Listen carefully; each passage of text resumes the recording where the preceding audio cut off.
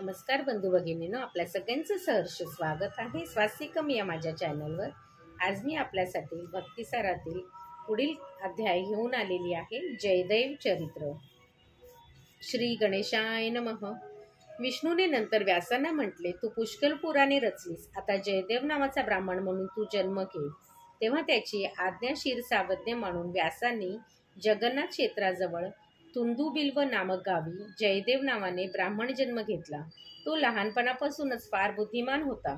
तो अभ्यास न करताच सर्व शास्त्रात निपुण झाला। त्याची कीर्ती आपोआपच सर्वत्र पसरली। पद्मपुराणातील राधा माधव विलासाचे वर्णन जयदेवाने काव्यरूप केले। ते गायनाच्या द्वारा कलियुगात हरिभक्तीचे उत्तम साधन ठरू लागले। त्यांनी जे काव्य रचले त्याला गीत गोविंद म्हणतात। घरोघरी त्या ग्रंथाचे पठण व गायन होऊ लागले। तो काय झाले, जगन्नाथ क्षेत्रात एक राजा होता। त्याला मत्सर वाटला। त्याने पण स्वतः एक काव्य रचले आणि त्याच्या प्रती घरोघर वाटल्या। सर्वांनी तेच काव्य पाठ करावे व गावे असे आदेश त्याने दिले। तेव्हा सर्व पंडित लोक रागवले। ते राजाला म्हणाले, तू जो ग्रंथ केला आहेस तो तुलाच फक्त आवडेल, आणखीन कोणालाही मान्य होणार नाही। शहाणे लोक आपली स्तुती आपणच करीत नाही आणि तू तर माझी ग्रंथपाठ करा असे लोकांना सांगतोस। अरे विद्या, हरिकीर्तन, गुरुमंत्र, ब्रह्मज्ञान, पुष्पहार, मूल्यवान रत्न ही घ्या म्हणून आपण कोणाचे मागे लागलो तर ते त्यांचे मोल नष्ट होते। तेव्हा राजाने आव्हान दिले, माझा ग्रंथ व जयदेवाचा ग्रंथ आपण जगन्नाथाच्या मूर्तीसमोर रात्रभर ठेवूया। जो ग्रंथ हरीला अमान्य होईल तो ग्रंथ कडी-कुलपातूनच सुद्धा तो बाहेर टाकून देईल। पंडिताचे ते आव्हान स्वीकारले। रात्री जगन्नाथाच्या गाभाऱ्यात दोन्ही ग्रंथ ठेवले। पुजाऱ्यांनी कुलपे घातली। सकाळी पाहताच तो राजाचा ग्रंथ गाभाऱ्याबाहेर ठेवला होता।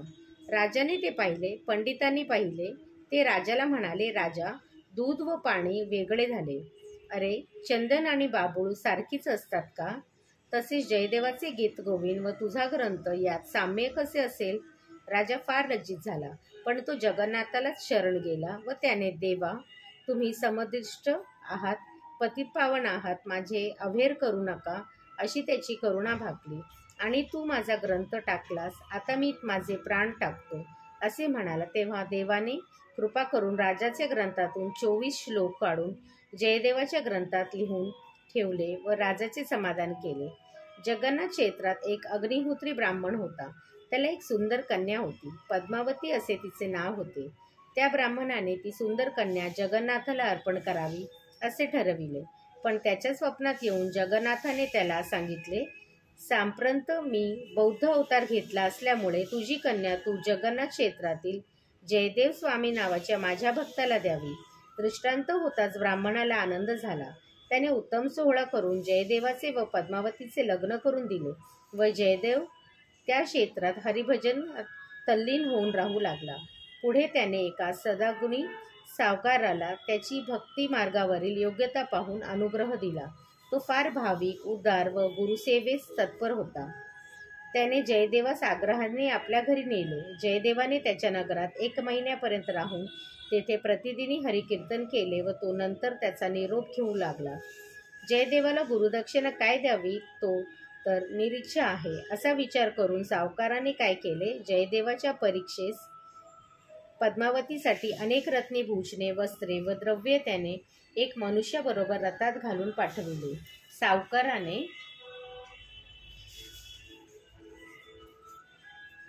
द्रव्य पाठविले आहे हे दोघा चोरांनी पाहून ठेवले। जयदेवाच्या रथामार्ग ते गुपचूप चालू लागले। मार्गात जयदेवाच्या बरोबरचे माणसाने जरुरीच्या कामासाठी घरी जाण्याची अनुज्ञा मागितली।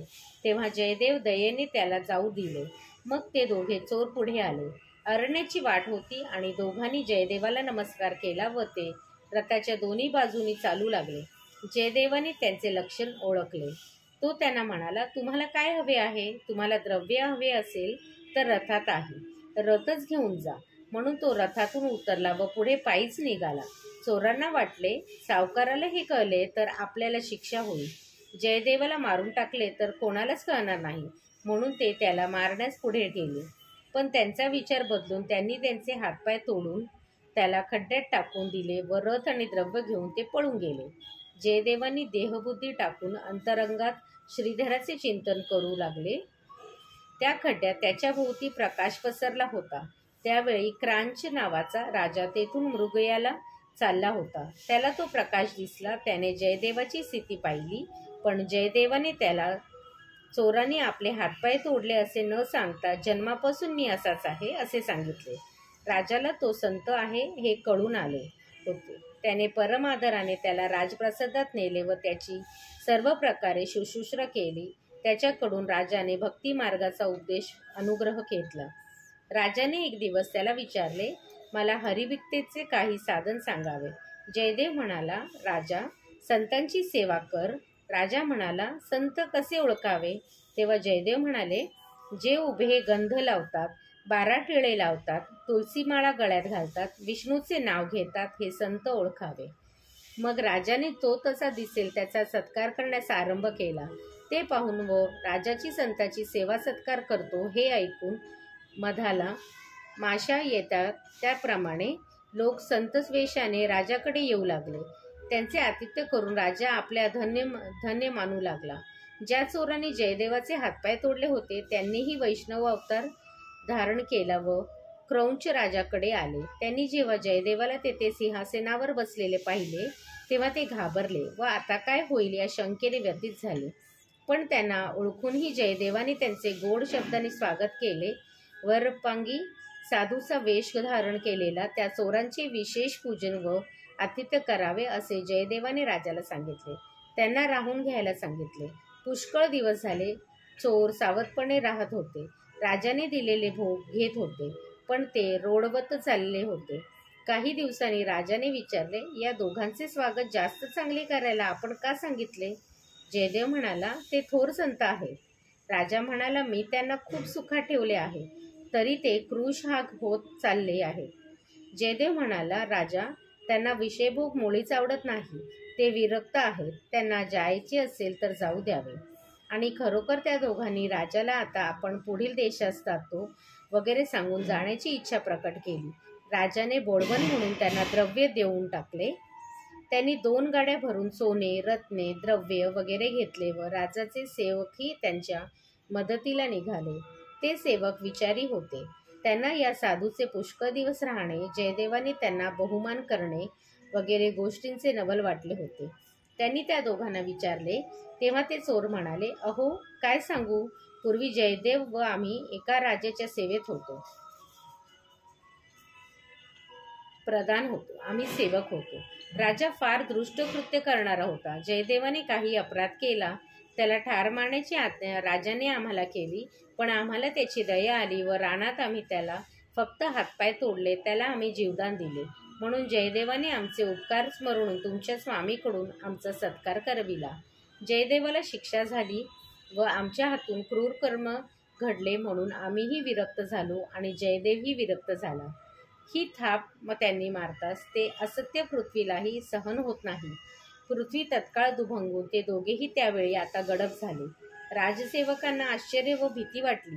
त्यांनी भीत जाऊन राजाला व जयदेवाला ही गोष्ट सांगितली. तेव्हा जयदेव विष्णूचा धावा करू लागला. त्या दोघांना तू असून नीच दशेस कसे पाठविलेस? रावणाला तू सायुज्य मुक्ती दिलीस, शिशुपालाला स्वयंज्योतीस विलीन केलेस, मग यांची व का उपेक्षा केलीस? असे म्हणत तो विष्णूची प्रार्थना करू लागला. त्यावेळी विष्णूने विमान पाठवून सर्वांचे देखत त्या दोघांना पृथ्वीतून वर काढून वैकुंठात नेले. जयदेवाला दर्शन दिले व त्यांचे हातपाय पुन्हा पहिल्यासारखे केले. राजाला फारच आनंद झाला. नंतर पद्मावतीला राजाने सत्कारपूर्वक राजवाड्यात बोलवून आणले व राणीला तिची स्वतः सेवा करण्यास सांगितले. जयदेव हा राजाचा गुरु व पद्मावती ही गुरुपत्नी राजवाड्यात राहत असताना राणीच्या माहेरहून दूताने असे वृत्त सांगितले की राणीचा बंधू मृत झाला असून त्याची पत्नी सती जाणार आहे. ते ऐकून सर्वजण शोकग्रस्त झाले, पण पद्मावती शांत बसली होती. तिला राजस्त्रियांनी विचारले, एवढी दुःखी वार्ता आणि तुम्हाला काहीच वाटत नाही? तेव्हा पद्मावती म्हणाली, पती निधन पावल्यावर उशीर लावून काय उपयोग? मागून एवढ्या वेळाने सती जाऊन तो परलोकात भेटेल तरी कसा? तत्काळ सतीचे प्राणही गेला पाहिजे. राणीला हे सार वायफळ बोलणे वाटले. पुढे तिने प्रधानाला विचारले तेव्हा पद्मावतीची परीक्षा घेण्याची ठरविले. तो म्हणाला, जयदेवाचे निधन झाले असे खोटेच वृत्त आपण पद्मावतीला सांगू, मग ती काय करते ते पाहू. एके दिवशी राजा अरण्यात मृगयाला गेला होता. जयदेवही त्याच्याबरोबर गेला होता. ती संधी साधून प्रधानाने प्राण्यांच्या रक्तात वस्त्र भिजवून राजवाड्यात आणले व सर्वत्र वार्ता पसरवली की वाघाने जयदेवाला वनात मारून खाल्ले. ही वार्ता पद्मावतीला कळताच तत्काळ तिचे प्राण गेले. सर्वत्र हाहाकार माजला. इकडे जयदेवासह राजा अरण्यातून परत आला तेव्हा त्याला सारा खोटा बनाव कळला व पद्मावतीच्या मरणास राणीच कारण आहे असे कळताच तिला ठार मारावे असे त्याला वाटले. पण स्त्रीहत्या होईल म्हणून त्याने स्वतः प्राणपर्ण करवण्याचे ठरविले. राजा जयदेवाजवळ गेला व त्याची क्षमा मागू लागला. पण जयदेव अंतसाक्षी होता. राजाने प्राण देऊ नये असे त्याने सांगितले आणि पद्मावतीच्या मृतदेहाजवळ जाऊन त्याने 24 अष्टपदी गायन करून अनेक नामांनी हरीला आळविण्यास सुरुवात केली. त्याची तळमळीची प्रार्थना ऐकून नारायण प्रसन्न झाले. त्याने पद्मावतीला तू पुन्हा जिवंत केले व जयदेवाला असा वर दिला की जे कोणी तुझ्या अष्टपद्या गातील त्यांच्यापाशी मी नेहमी हात जोडून उभा राहीन. पद्मावती उठून उभी राहिली. जयदेवाने व तिने हरी चरणी दंडवत घातला. सर्वत्र आनंदी आनंद झाला. हे जयदेव चरित्र जो कोणी म्हणेल व ऐकेल त्याची संकटे हरी हरण करतील. विठ्ठल विठ्ठल जय हरी विठ्ठल, विठ्ठल विठ्ठल जय हरी विठ्ठल.